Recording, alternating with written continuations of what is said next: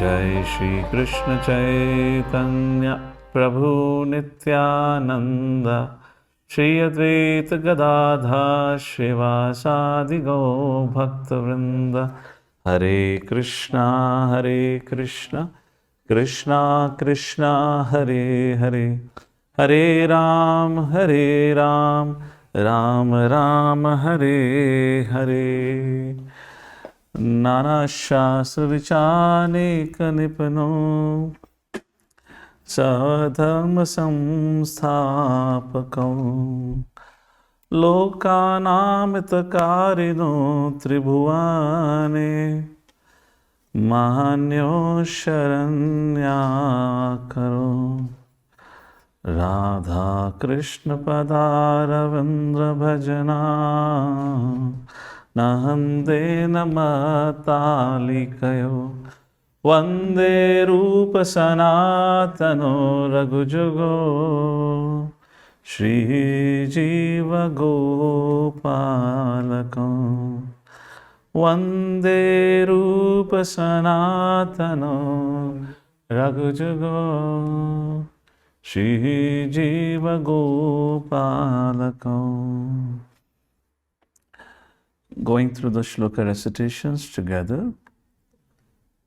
Anyabhilashita shunyam jnana karmadhyanavratam anukalyena krishnanu shilanam bhaktiruttama sarvapadi vinirmuktam tatparatvena nirmalam rishikena rishikesha sevanam bhaktiruchyate Athasha Krishna Namadi Nabhavit Grayam Indriye Sevan Mukhe Hi Jivado Swayam Eva Spurati Yadaha Anasaktasya Vishayam Yataram Upayunkitaha Nirbandha Krishna Samvande Yuktam Vairagyam Uchyate Hare Krishna Krishna Krishna Hare Hare Hare Rama Rama Rama Hare Hare. So today we are going to start, we are on the 8th lesson of our Nectar devotion discussion, and today we intend to discuss the 4th and the 5th chapter. So I'll just give you a little recap of what's going on and what is the subject matter of the 4th and 5th chapter and why we are here to discuss what we are about to discuss. So in the previous chapter, chapter number 3, or let's say chapter number 2 and chapter number 3, there is a discussion on the subject of sadhana bhakti. Sadhana bhakti, which is described having 2 stages, Vaidhi sadhana bhakti and Raganuga Bhakti. After describing that, a question was raised. Who can take to bhakti? What is a prerequisite or what is a qualification? The prerequisite to accept bhakti is attraction. To render or to take to bhakti, attraction is a prerequisite. So question comes, how does one develop attraction? Attraction to bhakti comes from bhakti. So it's like a cycle. So how does it all begins? And that discussion comes in the 3rd chapter, where Shillarupa Goswami says, it all begins with the mercy of the Vaishnavas. So the mercy of the devotees is the foundational principle for starting bhakti. Then, how do we make progress in bhakti? That's the subject matter of 3rd chapter. So Shillarupa Goswami says to make progress in bhakti, the progress in bhakti depends on your faith and knowledge.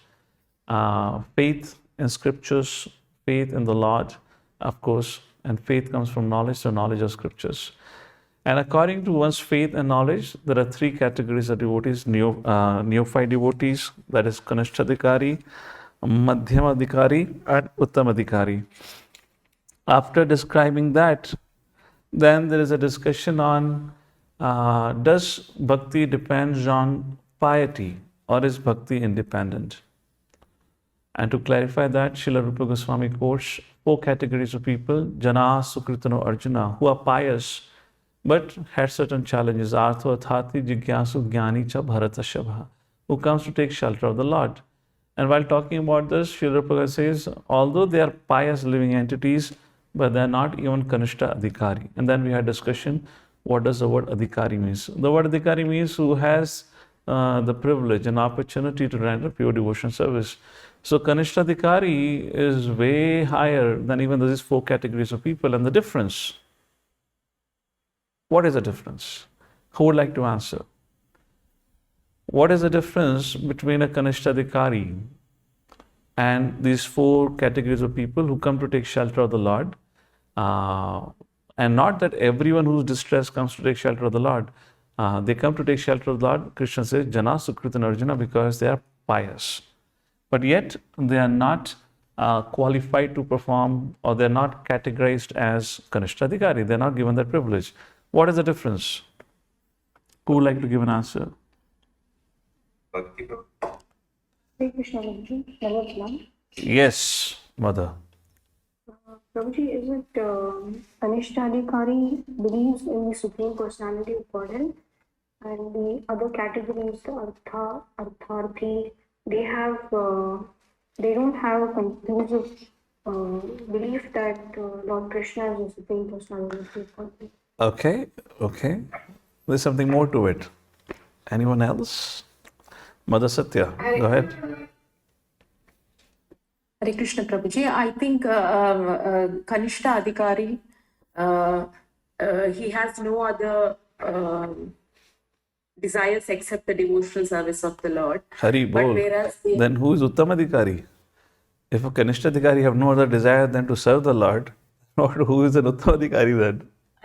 I think we discussed about like Bhakti and Mukti. So one who is liberated from that bodily conception of life and free from that Bhakti and Mukti. So correct. But not that who only has a desire to serve Lord. That's not what Kanishta Adhikari is. Kanishta Adhikari, he understands the objective, the goal. So Bhakti Rasamrita Sindhu helps us to understand what is the objective of life and how to attain that objective. And the objective of life is Bhakti. So Bhakti means to serve the Lord. So Kanishta Adhikari understands serving the Lord is a goal of life. That's the point. Whereas these 4 pious living entities, Dhruva Maharaj didn't go and approach the Lord with an intention to serve the Lord. That's where the example of Dhruva Maharaj, Gajendra, 4 Kumaras, Ityadi, etc. is given. Fine. So that's the flow of discussion which is going on. So after having a discussion discussing these 4 categories of people and how they're not even qualified for being a Kanishta Adhikari, but they can definitely come to the stage of Kanishta Adhikari when they get association of a devotee. That's the point.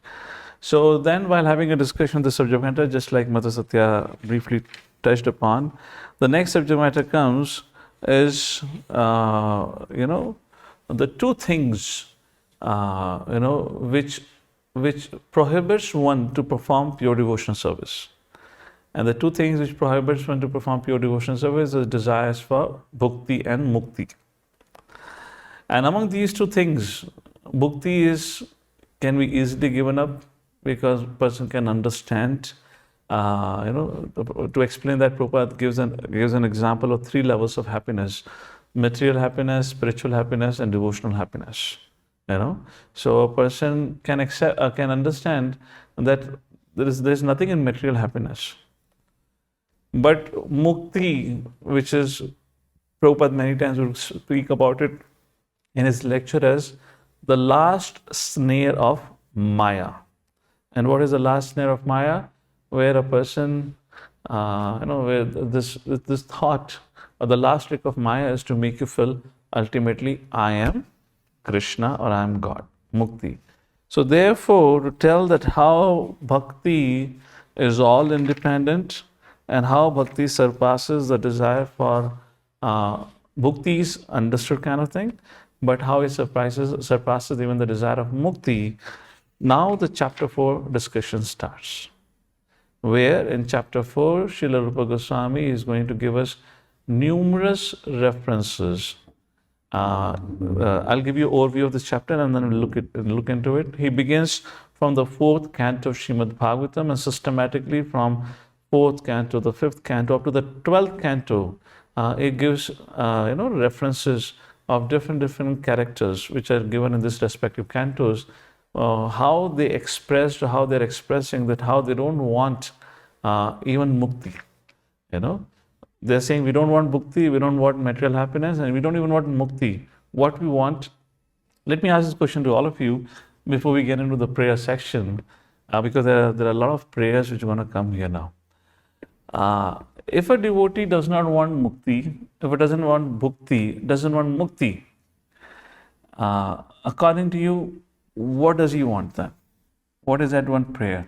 And before I take an input, I'll just have a quick point here.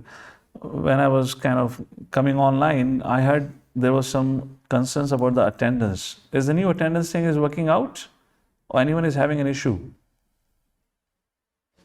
So give me a thumbs up if it all worked out for all of you. So what we have done is some link we have created where all of you can go, and it's a drop-down menu, select your name, and your attendance gets marked. Secondly, just go below that, and then you will see your attendance reflecting. So now each one of you know what is your status of attendance. Now I kind of made it visible so that, you know, if in case somebody has a little bit missed out or had some issues with attendance marking, so they know what is the status and clarify. So it's for everyone to see and understand so that we can discuss. All right? Okay, so Nitai Pran Prabhu and Taruni Gopika Mataji, let's hear from you. What are your thoughts? Prabhu. Done with. Prabhu, it's a devotional service that a bhakta is always look for, rather than the mukti or bhakti. Okay, be specific. There is no bhakti mukti, there is bhakti. It's just but an obvious thing. Okay, what exactly? So you're correct. Well, be specific. I mean, bhakti mukti chala gaya to bhakti bacha bhi. What exactly he asked for? What exactly he's asking for? Mother Priya, I repeat my question again. If in case you have read the prayers of various devotees in Srimad Bhagavatam, you'll find this as a common theme. What do the devotees ask for? So, sitting in the prayers, it's majorly about chanting and hearing the transcendental glories of the Lord, and not even about the 5 kinds of liberation, but just hearing to be able to hear the glories of the Lord and chant the name. Quite close to, because you are quite close to the answer. Then I'll say, at large, if you look at the prayers of all the advanced devotees or the pure devotees which are given, you'll see them, all of them are actually asking for sadhu sangha. None of them saying, my dear Lord, I want you. After having the darshan of the Lord, they say, my dear Lord, please give me the association of Vaishnavas. And you'll see that, please we'll read it now. And why association of Vaishnavas? Lord Krishna says something about the association of Vaishnavas in 10th chapter of Bhagavad Gita. Does anyone know what is that shloka the Lord Shri Krishna speaks about? The association of Vaishnavas in the 10th chapter of Bhagavad Gita?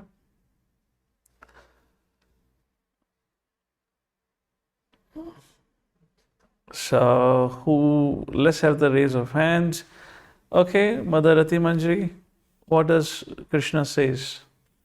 Ramanti Cha, Yeah. where he sings the glories of the Lord all the time. They're always speaking about the Lord. Yes. Does anyone knows the shloka?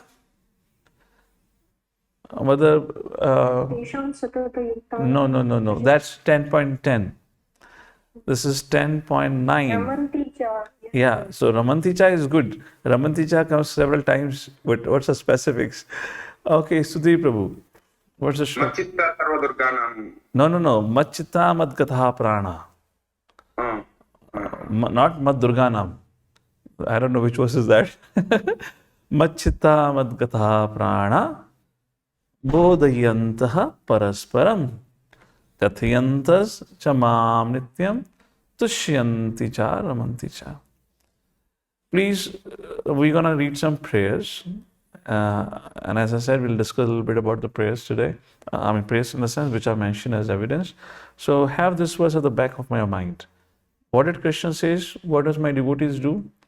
When they understand, aham sarvasya prabho mata sarvam pravartate iti matva vajanti mam buddhabhava samanvitaha. They render the devotional service knowing me to be the cause of all causes, the source of all. How do they remember? How do they behave? How do they act? They come together. Machita madgata prana. So their happiness, their joy, the greatest joy of their life is coming together. Tushyanti charamanti cha. How do they get the greatest pleasure?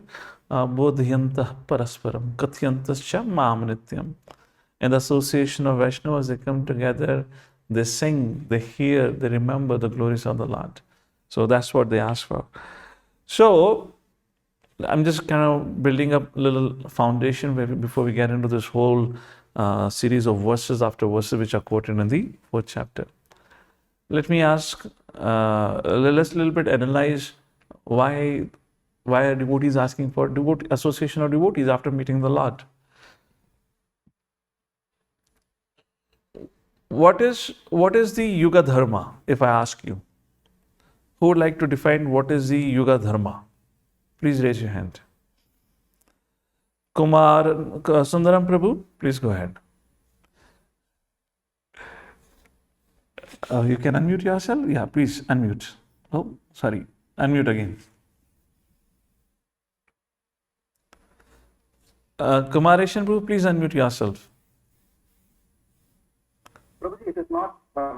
Yes, you are audible. Prabhuji, Dhanwaj. Hare Krishna, Prabhuji. It is the. Sorry, Prabhuji, what is the question? Like, when I was trying to unmute, I forgot the question. That's okay. That's okay. I was a little anxiety to. No worries. So, question is what? Question is, what is a Yuga Dharma? Sankirtana, Prabhuji, and congregational chanting. And the congregational chanting can happen only among devotees. Okay. So, correct. You're quite close to it. So, I would say I would not handle the Zoom. I would request the admins to do it so there's no confusion. Who all are the admins right now? Mother Medhavani, you are? Yes, Prabhuji. Okay, so Haina Prabhu and Nitai Pran Prabhu also, if they are not, they can also be made. So you manage, okay? I'll not touch the Zoom. It'll create confusion. So correct, Prabhu, you're quite close to that. The point is, Sankirtan is the Yuga Dharma. There are 3 things: Japa, Kirtan, Sankirtan. All right? Japa means you can call it as a silent meditation, or you chant the holy names of the Lord by yourself. Kirtan, when the same holy names are being sung loudly or chanted loudly, that becomes Kirtan in a particular rhythm and a melody. What is Sankirtan? Sung in the association of devotees. When we do Kirtan, is said to be Sankirtan. So what is the Yuga Dharma? Not Japa, not Kirtan. What is the Yuga Dharma? Sankirtan. So our foundation or our core principle of bhakti is to come together and practice. That's the point. And all of us would have had that experience of it when 2 years ago, suddenly there were lockdowns.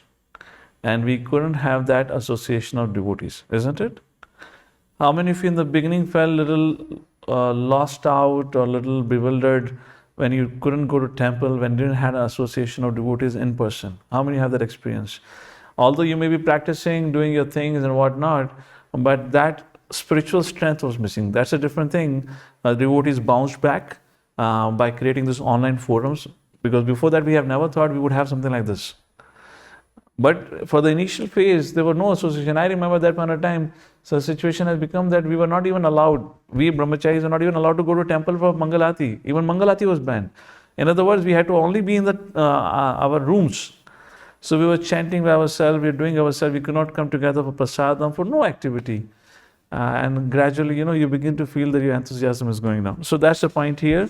So our whole philosophy is all about being in the association of sadhus, being in the association of devotees, because when you're in the association of devotees mean we get to hear and chant the glories of the Lord. and hearing the glories of the Lord gives the greatest pleasure. And that is the theme, and which we'll see. So great is the pleasure that even the desire for liberation becomes insignificant. That's the point. So let's look into the verses now. So how does the chapter goes? Chapter number 4. So Shillarupa Goswami gives references beginning from 4th canto. Literally, it goes up to the 12th canto of Srimad Bhagavatam. After giving references up to 12th canto, then he gives some references from Damodar Ashtakam.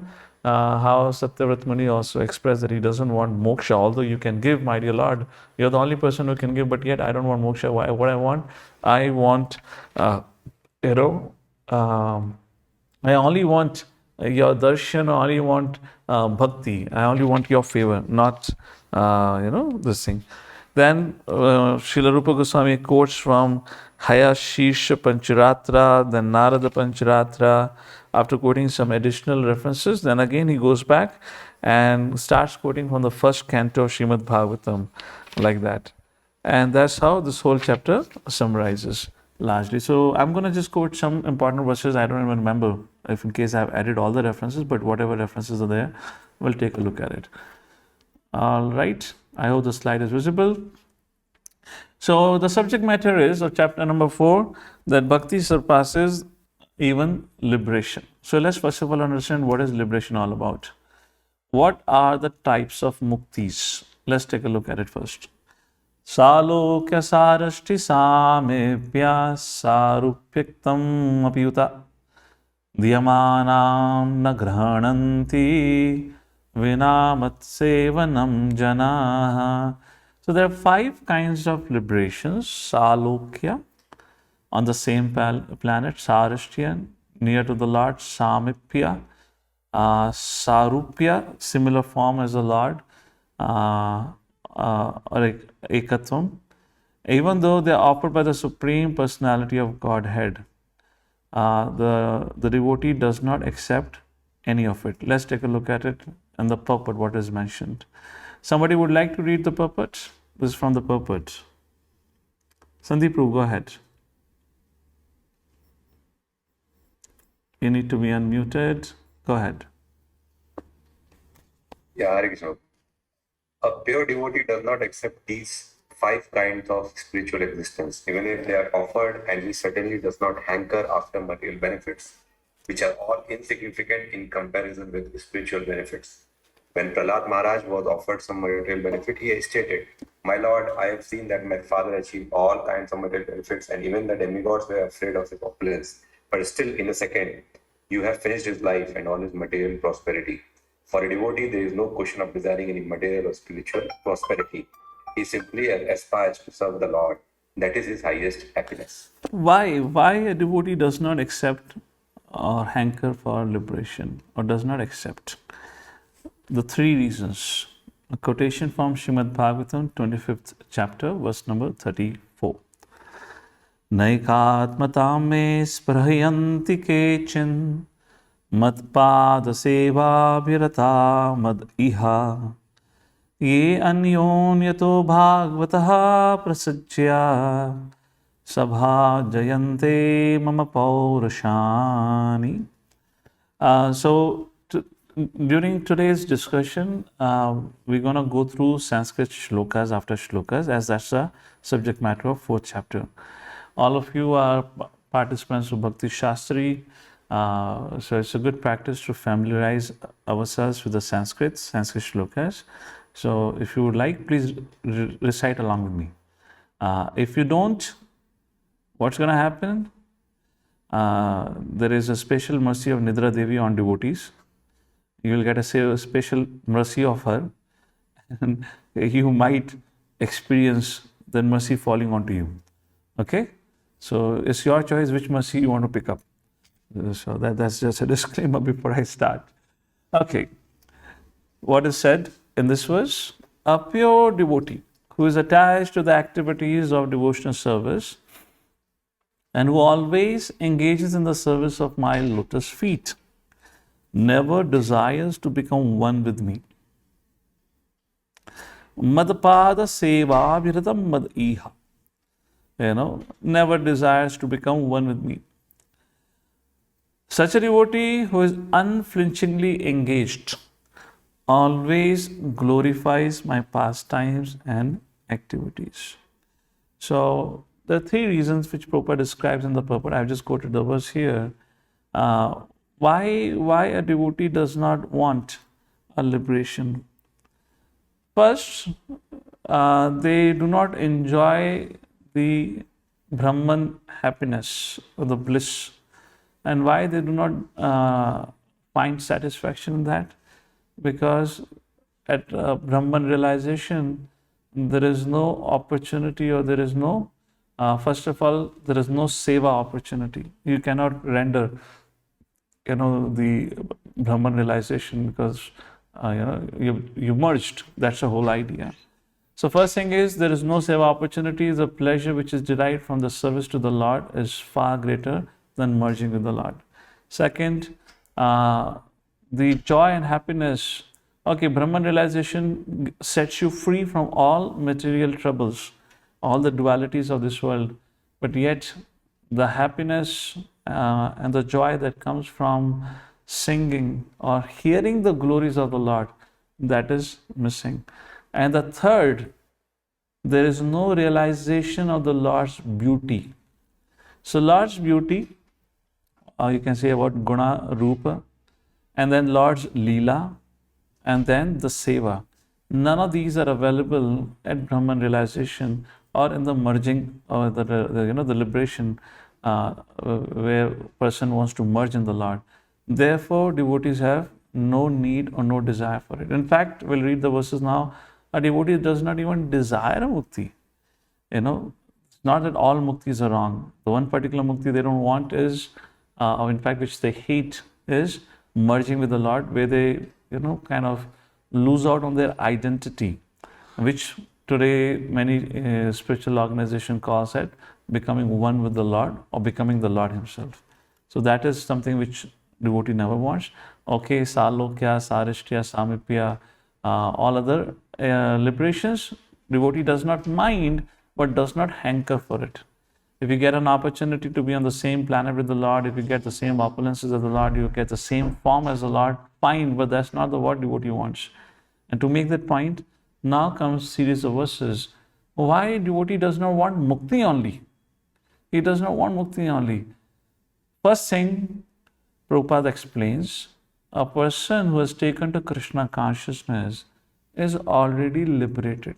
One who is constantly serving the Lord, he is already liberated, and it just does not matter to him, because he is always in the constant association with Lord. Therefore, it does not matter to him here he is in this world or in the other world. And there are several references for it. Let's take a look at it. The very first reference is from Bharat Maharaj, 4th canto Srimad Bhagavatam. Na kamayenat tadapi aham kavachin na yatra yusma charana bhujasava mahattamanta hridayan mukho achyuta vidhatsva karnayutam eshame varaha. Very, very beautiful word, verse. Na kamayenatha. I'll a little bit give you a break into it and give you a little, for some shlokas at least, the meaning of it. It is said, na kamayenatha. I do not desire. Na kamaya. Natha means the Supreme Lord. Tadapi aham kavachin. Na yatra yusmas charanam bhujashavaha. So, what I want, charanam bhujashavaha, that I want the benediction of drinking the nectar of your lotus feet. So, na kamayanatha, I do not wish to have any benediction of merging into your existence. Na yatra yusmach, a benediction in which if there is no existence, charanam bhujashavaha, where I get the opportunity to take shelter of yours, I do not want that benediction. So what do you want? That's the last line. What do I want? Mahattamanta hridayan mukha achyutaha. I want the benediction vidhatsva karna. Karna means ears. I want the benediction to have millions of years. What will you do with millions of years? So that Mahattamant Hridayan Mukho Achyuto Mukha, so that I can hear about the glories of your lotus feet. From whom? Mahattamantar. Mahat means the pure devotees of the Lord, so that I can hear your glories from the pure devotees of the Lord, and I want millions of years for it, millions of years for that. So you're getting the point? What is he praying, my dear Lord? I don't want to go back to Vaikuntha, Goloka, etc., etc. He's saying, my dear Lord, what I want is millions of years, because I am never satiated hearing your glories. I don't want liberation. That's the first thing he already rejected. Then there is a next verse, which is Bharat Maharaj. So this is sequely, I have added that. So if you look into the page at the bottom, then there is a next quotation. This is 5th canto, 14th chapter, verse number 44. So the first verse that Shillarupa Goswami mentions, that highlights the glories of hearing Krishna Katha. That makes just Krishna Katha supersedes even the desire for mukti. And now Bharat Maharaj. What is said here? Let's take a look. Yodustyajan Shiti Sutta Swajanartha Dharan Prarthayam Shriyam Suravare Sadyavalokam Naichandrapastad Uchitam Mahatam Madhutvit Sevanurakta Manasam Abhavopi Falguhu. Srila Sukdev Goswami is speaking, and he says, my dear Parikshit, the activities of Bharat Maharaj are wonderful. In particular, he gave up everything which is otherwise very difficult to be given up. What all he gave up? He gave up his kingdom, Swajanartha Dharan, Shiti Suta, Yo Dustyajan, which is very difficult to give up, Suta, Swajana, Artha, Dharan. He gave up his kingdom, his wife, his family. His opulence was so great that even the demigods envied. Yet he gave it up. It was quite befitting a great personality like him to be a great devotee. Now, how could he renounce everything so easily? So then he said, he could renounce everything because he was so attracted to the beauty, opulence, reputation, knowledge, strength, and renunciation, which are nothing but the 6 opulences of the Lord. He was because very much attracted to the Supreme Personality of Godhead. Sevanurakta manasam abhopi falgu. Krishna is so attractive that one can give up all desirable things for his sake. Indeed, naichandrapastad uchitam mahatam madhutvit. Indeed, liberation is considered insignificant for those whose minds are attracted to the loving service of the Lord. So, Sevanurakta, who is attracted to the service of the Lord, liberation, manasam abhavo pifalguhu, whose mind is attracted to the service to the Lord, for them liberation is insignificant. And then comes a very, very famous verse. This is on the next page. This is a verse spoken by Rathra. Very beautiful verse. What does Rathra says? Nanaka prashtham nachaparameshtyam na sarvabhavam narasadhipatyam na yoga siddhi apuna bhavam va samanjasatva virahaya kankshashe. Nanaka prashtham, I do not want, I do not have the desire to enjoy in Dhruva Loka. Nanaka prashtham. Nacha parameshtyam. Parameshtyam means the heavenly planets. Na sarvabhaumam. I do not want undisputed control of the earthly planet.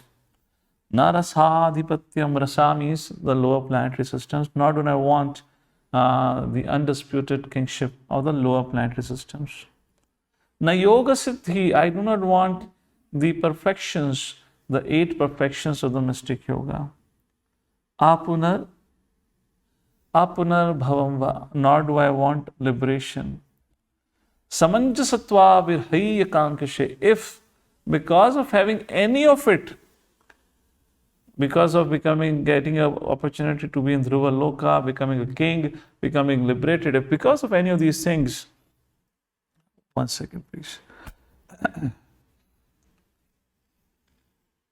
Because of any of these things, if I, samanjasatva virhaya kankashe, if I have to give up your lotus feet, then I do not want anything. So Vratrasur was a demon. And here he makes a set of 3-4 prayers while speaking to Indra. And there is a conflict for predominance which is going on between them. And that's the time Vratrasur says like this. This is from 6th canto. In the 6th canto, then Lord Shiva speaks in the 17th chapter, verse number 28, about the position of the Vaishnavas. And it is said, Narayana para sarve nakutashana bhebhyati swarga pavarga narkeshu api tulyata darshinaha. Narayana para sarve. Those who are Narayana para, those who are fully sold out, who are devotees of the Lord, nakutashana bhebhyati, they are never ever afraid of anything. Swarga apavarga narkeshu. For them, Swarga, Apavarga means beyond the material creation, which means liberation. Mukti, Narakeshu are the hellish planners. Apitulyartha Darshina, all of them are same. Why? Because they are only interested in serving the Lord, so they do not mind they are in heaven, they are in hellish planners, or they are liberated. Like that, Lord Shiva is speaking to Mother Parvati when that incident, Chitraketu Maharaj incidents happened. And he is actually glorifying the devotees. And that time he says, such is the position. Chitraketu Maharaj, who has become, in one sense, liberated. He had become the pure devotee of the Lord. He had got the blessing of the Lord. Now you have cursed him to become a demon, Vratrasur. Yet see how he responded. Although he wanted, he could have been angry, but he did not became angry or upset. He could have cursed, in fact, counter-cursed, but he did not. With all humility, he accepted your curse. So he says, see, Chitraketu was not afraid at all. Why was he not afraid? Because that's the status of Narayana Paraha, the pure devotees of the Lord. And then in that canto only, there is another reference comes where Indra speaks to Diti. What is it? Aradhanam Bhagavata Yamana Nirashisha Yetu Nichanti Api Param Te Swartha Kushala Smrataha. This is 6th canto, 18th chapter, verse number 74. And Indraji is saying, those who are interested only in worshipping the Supreme Lord, they do not desire anything material from the Lord, not even liberation. Yet Lord Shri Krishna fulfills all their desires. So Prabhupada describes, while talking about this briefly, not this, the next, now he quotes Shillarupa Goswami quotes now Prahlad Maharaj. That's the next prayer. If you are able to keep up with your book, you will see paragraph after paragraph, these quotations are coming. So next is from 7th canto, 6th chapter, verse number 25. Tushte cha tatra kim alabhyam ananta adye kim te guna vyatikarad yasi swasittaha dharmadya kim agunena chakank shittena saram josham charanayo upaga yatamana. And Prahlad Maharaj says, nothing is unobtainable for devotees who has satisfied the Supreme Lord, who is the cause of all causes, the original source of everything. The Lord is a reservoir of unlimited spiritual qualities. For devotees, therefore, who are transcendental to the modes of nature, what is the use of following Purushartha? Purushartha means Dharma, Artha, Kama, Moksha. They are automatically obtained because of the influence of modes of nature. We devotees always glorify the lotus feet of the Lord, and therefore we need not ask for anything in terms of Dharma, Artha, Kama, and Moksha. So Srila Prabhupada, on this discussion on this verse, makes a point I'm reading from the book. Prabhupada says, by this statement of Prahlad Maharaj, it is clearly understood that one who takes pleasure in chanting and hearing the transcendental glories of the Lord has already surpassed all kinds of material benedictions, including the results of Dharma, Artha, Kama, Moksha, like that. And then comes another reference where Indra ji speaks again, and a realization of Indra is being expressed here. This is from the 7th canto only. This is at the time when the demigods, Lord Nrsimhadev have killed Hiranyakashipu. Brahma and all of the demigods begin to offer their prayer. So now Indra is offering prayer to Lord Nrsimhadev, and Indra says, Shri Indra Vacha Pratyanitha Parama Bhavata Trayata Nasvabhaga Daitya Krantam Hridaya Kamalam Tad Graham Pratyobdhi Kalagrashatam Kiyadidam Ahunata Sushru Satamte Mukte Teshanabhi Bahumata Nasimha Parekim. Indradev said. Somebody would like to read the translation, please? Yes, Santosh Ru, please go ahead. O Supreme Lord, you are our deliverer and protector. Our shares of sacrifices, which are actually yours, have been recovered from the demon by you. Because the demoniac king Hiranyakashipu was most fearsome, our hearts, which are your permanent abode, were all overtaken by him. Now by your presence, the gloom and darkness in our hearts have been dissipated. O Lord, for those who always engage in your service, which is more exalted than liberation, all material opulence is insignificant. They do not even care for liberation, not to speak of benefits of Kama, Artha, and Dharma. Hare Krishna. So these are some selected references, but there are many, many verses which talks about it. Nonetheless, like that. Then, while describing this particular reference, Srila Prabhupada writes in the purport, for persons who are engaged in the transcendental, while quoting this particular aspect of Indra, what is speaking about, that when a devotee of the Lord is serving the Lord, he does not want anything. So Prabhupada in the next paragraph gives an example of how just like a hand, when it feeds the mouth, the return chews the food and it sends it to the stomach, and stomach gives the energy to the whole body, including the hand. So when we serve the Lord, just by offering everything to the Supreme Lord, the devotees or anyone and everyone automatically gets the benefit. And that is the point here. When we serve the Lord, automatically everyone becomes satisfied. Then another reference comes from the 8th canto, 3rd chapter, verse number 20, one of the famous prayers of Gajendra. And now Gajendra speaks, the elephant Gajendra. The verse is on your screen, 8th canto, 3rd chapter, verse number 20. Ekantino yasya na kaschanartham vaschanti evai bhagavat prapanna ati adbhutam tacharitam sumangalam gayanta ananda samudra magnaha. Unalloyed devotees have no desire other than to serve the Lord, worship Him in full surrender, and always hear and chant about His activities, which are most wonderful and auspicious. Thus they always merge in an ocean of transcendental bliss. Such devotees never ask the Lord for any benediction.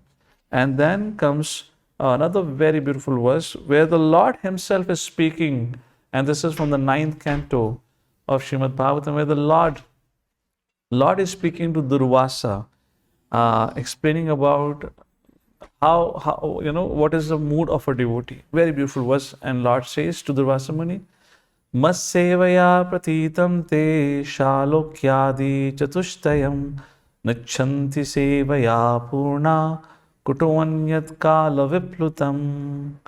My devotees massevaya pratitam te, they are always satisfied in rendering devotional service or those who engage in rendering devotional service to me, Shalok Adi Chatusthiyam, they are not interested even in the four principles of liberation, which is Salokya, Sarupya, Samipya, and Sarishti. We're not talking about, Vishnu is not talking about Sayujya Mukti, which is merging. Even the devotees are not interested in the other four liberations, the total 5 liberations, right? They're not interested in the 4 other liberations. Although they get all this liberation automatically by the service, then what to speak? What to speak of a devotee aspiring for material happiness, just like elevation to the higher planetary systems? They do not have any such desires. And then there is a similar prayer comes from Nagapatnis and 10th canto, which is quite similar to what Rathra said. Similar kind of a shloka. Nanaka prashtam na cha sarvabhaumam na paramishtam na rasadhipatyam na yoga siddhir apna bhavam va vachanti yat padaraja prapannaha. Yatpad Raja Prapannaha.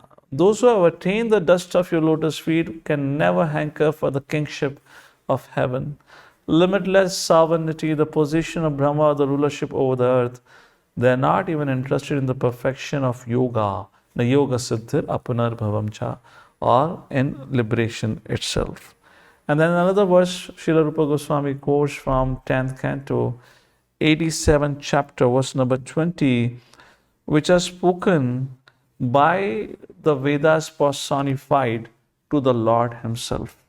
And it is, let's take a look at the translation, where the Vedas personified speaking to the Lord, and they say, "My Lord, some fortunate souls have gotten relief from the fatigue of material life by diving into the vast nectar ocean of your pastimes, which you enact when you manifest your personal forms to propagate the unfathomable science of the self.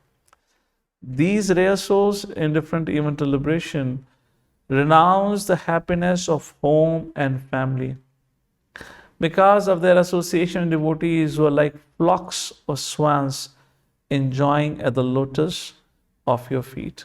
We see these are the actual references, prayers, but when you see in Chaitanya Leela, when Mahaprakash Leela was going on, Sri Chaitanya Mahaprabhu called for all the devotees. If you have heard of Mahaprakash Leela or read about it, let's just quote one simple example of Kola Vecha Sridhar. He was not even living in the association of devotees. He was so aloof, or let's say so absorbed in serving the Lord and serving the devotees in the form of Ganges. He would offer half of his income in serving Mother Ganges, and so absorbed in chanting the holy names of the Lord. Even devotees were not aware of his existence. And when Kola Vecha Sridhar was called by the Lord, and when the devotees finally brought him in front of the Lord, Lord asked him, "Kola Vecha, please ask for a benediction." Anyone remembers what did Kola Vecha Sridhar ask for? Lord said, "Please, Kola Vecha." Now, Sri Chaitanya Mahaprabhu, all his life, most of his life, that time the serving would happen on banana leaf. On whose banana leaves he ate? The banana leaves which he got from Kola Vecha Sridhar. And never ever Lord Sri Chaitanya Mahaprabhu gave him a full money for it. Maximum time he bargained, and after bargaining, he took it away the banana leaf, even without giving the bargained amount, which Kola Vecha Sridhar would never agree because he didn't know who Chaitanya Mahaprabhu is.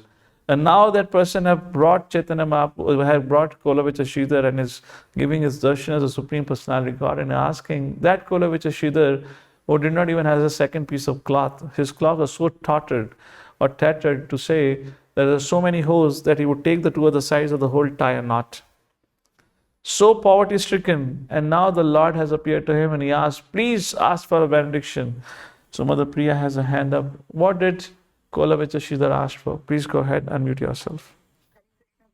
Prabhu, he said that time and again, I just want to keep selling this banana leaves to you only, and we have these sweet negotiations and sweet conversations. I always want to be in that sweet relationship with you. Yes, correct. He said, "My dear Lord, may you continue, or may this interaction of yours where we argue about prices and all that. In other words, in essence was, I only want service to you. He was in acute material poverty. He did not ask for any comfort.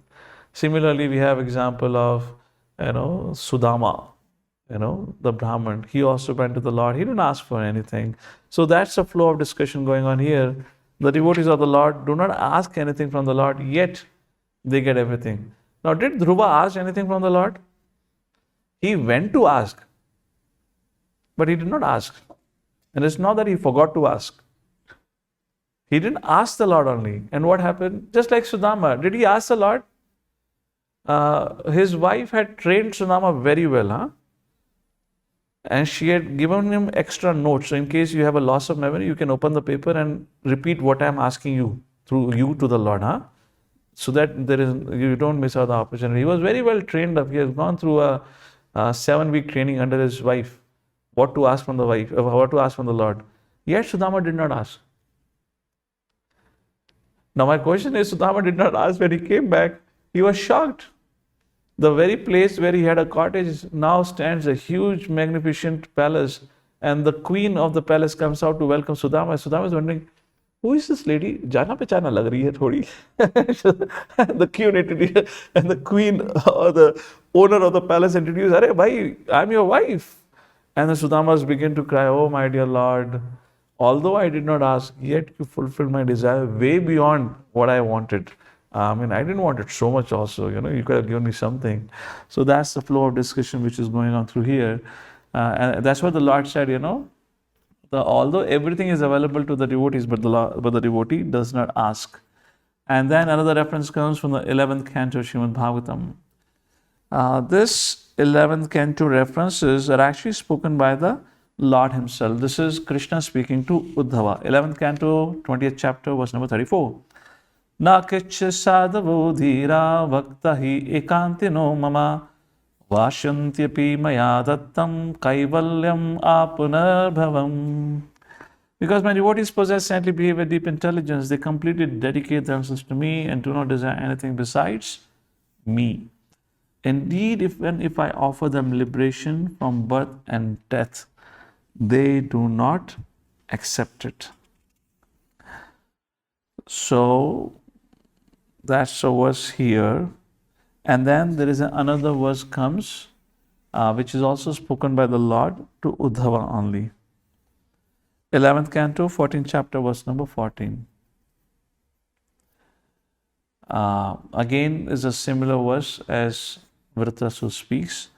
Na parameshtham na mahendadishnyam na sarva bhaumam na rasadhipatyam na yoga siddhirapana bhavam va mayar pita michati yat mayar pita michati mad vinanyat. Somebody would like to read the translation, please? Hare Krishna. Yes, please. One who has fixed his consciousness on me desires neither the position or abode of Lord Brahma or Lord Indra or an empire on the earth, nor sovereignty in the lower planetary systems, nor the eightfold perfection of yoga, nor liberation from birth and death. Such a person desires me alone. This is a verse spoken by the Lord himself. He is speaking to Uddhava. And one of the last reference before Shillarupa Goswami will start quoting other scriptures is from the 12th canto, where Lord Shiva, this is spoken by Lord Shiva to Parvati. And he says, Naivachati ashisha kwapi brahmashir moksham api uta bhaktim param bhagavata labdhvan purushe apyaye. Please read. Somebody else read out. We have to be quick. Mother Rupali, go ahead. Lord Shiva replied, surely this saintly Brahmana does not desire any benediction, not even liberation itself, for he has attained pure devotional service unto the exhaustible personality of Godhead. Unto the inexhaustible personality, and which Brahmana is being discussed here is Markandeya Rishi, has been talked about. And after this, Shillarupa Goswami begins to speak, now gives a quotation from Padma Puran. And from Padma Puran, he is actually quoting Damodarashtakam. And Prabhupada explains the whole background of Damodarashtakam. He briefly describes the whole pastime. And then he quotes a few shlokas from Rupa Goswami, actually quotes few stanzas from Damodarashtakam, where the author actually expresses, my dear Lord, I don't want liberation, although I know you can very easily give it, very easily can give it. I don't want, although I know you are the Muktinath, you are the one who can only give liberation, but I don't want. What I want is the constant remembrance of your Vraj Leelas. That's what I want. And that's the references comes here. And then after that, there are references from Haya Shish Panchratra. Does anyone find that section in their book? I don't have it on the slide, so we can read it out a little bit. Okay, Mother Rupali, if you have figured it out, that passage, you can read it out. So there is a passage in the Haya Shisha Pancharatra which states, Mother, go down. The next one. This is the one. Okay, so who is reading? Ramesh Prabhu and Swapna Mataji. Go ahead. Hare Krishna. There is a passage in the Haya Shisha Pancharatra. Haya Shisha Pancharatra that states, my dear Lord, O Supreme Personality of Godhead, I do not want any resultant benediction from my religious life, nor do I want any economic development, nor do I want to enjoy sense gratification nor liberation. I simply pray to be an eternal servant at your lotus feet. Kindly oblige me and give me this benediction. Then there is a second reference from the same Pancharatra. Another devotee can read out. Mother Maya Ravindra Mataji, please go ahead. Hare Krishna. Yes. In the same Haya Shri Pancharatra, after Narasimhadev wanted to give benedictions to Prahlad Maharaj, Prahlad did not accept any material benediction and simply asked the favor of the Lord to remain his eternal devotee. In this connection, Prahlad Maharaj cited the example of Hanuman, the eternal servitor of Lord Ramachandra, who also set an example by never asking any material favor from the Lord. He always remained engaged in the Lord's service. That is the ideal character of Hanuman, for which he is still worshipped by all devotees. Prahlada Maharaj also offered his respectful obeisances onto Hanuman. There is a well-known verse spoken by Hanuman in which he says, my dear Lord, if you like, you can give me salvation from this material existence or the privilege of merging into your existence. But I do not wish any of these things. I do not want anything which diminishes my relationship with you as a servant to master, even after liberation. And then from Narada Pancharatra, there is a quotation. Please somebody else read out. Mother Sneha, go ahead. In a similar passage in Narada Pancharatra, it is stated, my dear Lord, I do not wish any perfectional stage by performing the ritualistic religious ceremonies or by economic development or by sense gratification or liberation. I simply pray that you grant me the favor of keeping me under your lotus feet. I do not wish any kind of liberation, such as Salukya to reside on your planet or Sarupya to have the same bodily features as you. I simply pray for your favor that I may be always engaged in your loving service. Hare Krishna. Going back to the slide deck, now after giving some additional references outside of Bhagavatam, Shillarupa Goswami quotes Srimad Bhagavatam again. And now there is a particular theme which is building up here. I'll explain you after this particular verse. 6th canto, 14th chapter, verse number 5. Muktanam api siddhanam narayana parayana sudullabha prashantatma kotishu api mahamani. O great sage, among many millions who are liberated and perfect in knowledge of liberation, Muktanam api siddhanam, Narayana Parayana Sadurlabha. Among those millions of liberated beings, Narayana Parayana Sudurlabha, very rarely you will find one may be a devotee of Lord. Such devotees, Prasanatma, Kotishu Api Mahamani, Prasanatma, they are always peaceful. Kotishu Api Mahamani, and Prabhupada says they are very extremely rare. So Prabhupada makes a very important point in this context of it, and Prabhupada writes in the purport in his description. I'll just read out from the book itself. Prabhupada says, in the above verse, the most important thing to be noted is that there may be many liberated persons who have merged into the existence of the impersonal Brahman, Sayujya. But a devotee of Lord is very, very rare. Even out of millions of liberated persons, only one is fortunate enough to become a devotee. So here actually this is an inquiry asked by Parishit Maharaj to Sukdev Goswami. And Prabhupada explains that inquiry also. He says, my dear Brahmana, I understand that the demon Rathra was a greatly sinful person.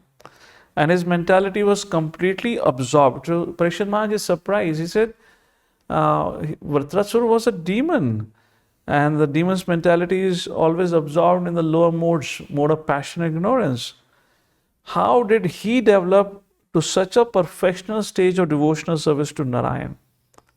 And then he says, I have heard that even the great persons who have undergone severe austerities, who are liberated with full knowledge, even they strive to become devotees of the Lord. And it is understood that such persons are very, very rare, like almost never to be seen. So I am astonished that how Vratasura became such a devotee of the Lord. So there, this particular verse is quoted by in this context. And then after that, Sukdev Goswami explains that actually who Vratasura was. And then the next story comes where it is explained how Vratasura was nothing but he was cursed by Mother Parvati. He was Chitraketu Maharaj, who was cursed, who had become the pure devotee of the Lord by the mercy of Narada Muni. And then certain incident happened because of which he was cursed. And that pure devotee became a Vratasura, like that is described here. So, point is, among millions and millions of perfected beings, one very rare soul could be a devotee of the Lord. And then Srila Prabhupada or Shillarupa Goswami quotes another verse from the first canto, 8th chapter, verse number 20, which is spoken by Mother Kunti, where she is expressing, my dear Lord, even the best of the sages, best of the Paramhamsas are unable to know you. So how is it possible for a less intelligent class of being, which means as a woman, how can we understand you? And Prabhupada highlights that in this particular verse, Mother Kunti is categorically expressing that even the best of the sages cannot understand. But pure-hearted devotees like Mother Kunti can easily understand the Supreme Personality of Godhead. And now comes the concluding point of this series of verses, where Atmaram verse is quoted by Shillarupa Goswami. A question can be raised, what happens after achieving liberation? Somebody who has attained, Brahman realization. So here he quotes Atmaram verse, saying that even the Atmaram is Chamanyo, Nirghantavi Urukrame, they have attained, in one sense, liberation from all material sufferings. Even they are attracted to hear the glories of the Lord. And that is the next paragraph. We can read that, please. And then the next paragraph, we can share the screen. Please go a little above. Yeah, this is the one.